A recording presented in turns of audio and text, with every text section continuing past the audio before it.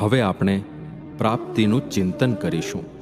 આ માટે જગતના તમામ વિચારોને વિરામ આપીને શાંત ચિત્તે હૃદયના ભાવથી ભગવાન સ્વામિનારાયણ અને પ્રગટ ગુરુ હરિ મહંત સ્વામી મહારાજનું અંતરમાં સ્મરણ કરતાં સમૂહમાં સાધના મંત્રનો જપ કરીએ. અક્ષરમહં પુરુષોત્તમ દાસોસ્મિ. અક્ષરમહં પુરુષોત્તમ દાસોસ્મિ. હવે નિધિધ્યાસનના શબ્દોને હૃદયમાં ધારીએ.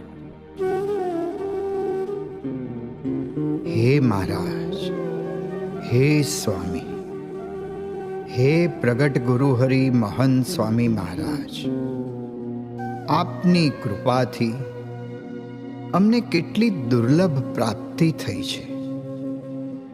આપે જ અમને સમજાવ્યું છે. અનંત કલ્પ વીત્યા. એક કલ્પ એટલે 8 અબજ 64 કરોડ વર્ષ.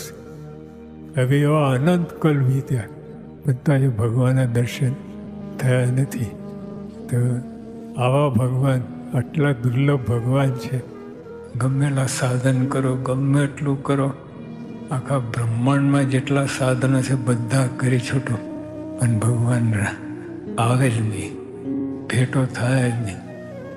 પણ મળ્યા છે, મહારાજ મળ્યા છે અને આયા છે અને આપણા જેવા થયા છે. આપણા જેવા થઈને આપણને સુખ આપે. ઓહો, ખરેખર સ્વામી, અમારા કેટલા મોટા ભાગ્ય.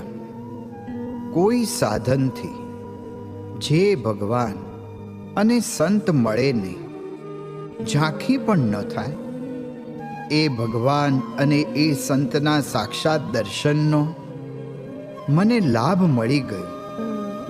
આ અશક્ય વાત શક્ય થઈ ગઈ.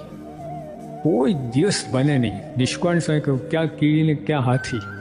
કીડીને હાથીને મેળાપ ક્યાંથી થાય?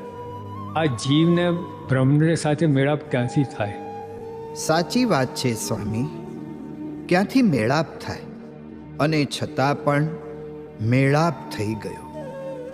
પરબ્રહ્મ પુરુષોત્તમ નારાયણ સર્વોપરી ભગવાન એવા શ્રીજી મહારાજ અને તેમના અખંડ ધારક એવા અક્ષર બ્રહ્મ સત્પુરુષની પ્રત્યક્ષ પ્રાપ્તિ, તેમના સાક્ષાત દર્શન, આપની આ અકારણ કરુણા વર્ષાથી અમે કાયમ કૃતાર્થ થયા છીએ, ધન્ય થયા છીએ.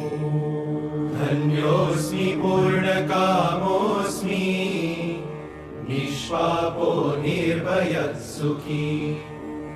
અક્ષર ગુરુ યોગે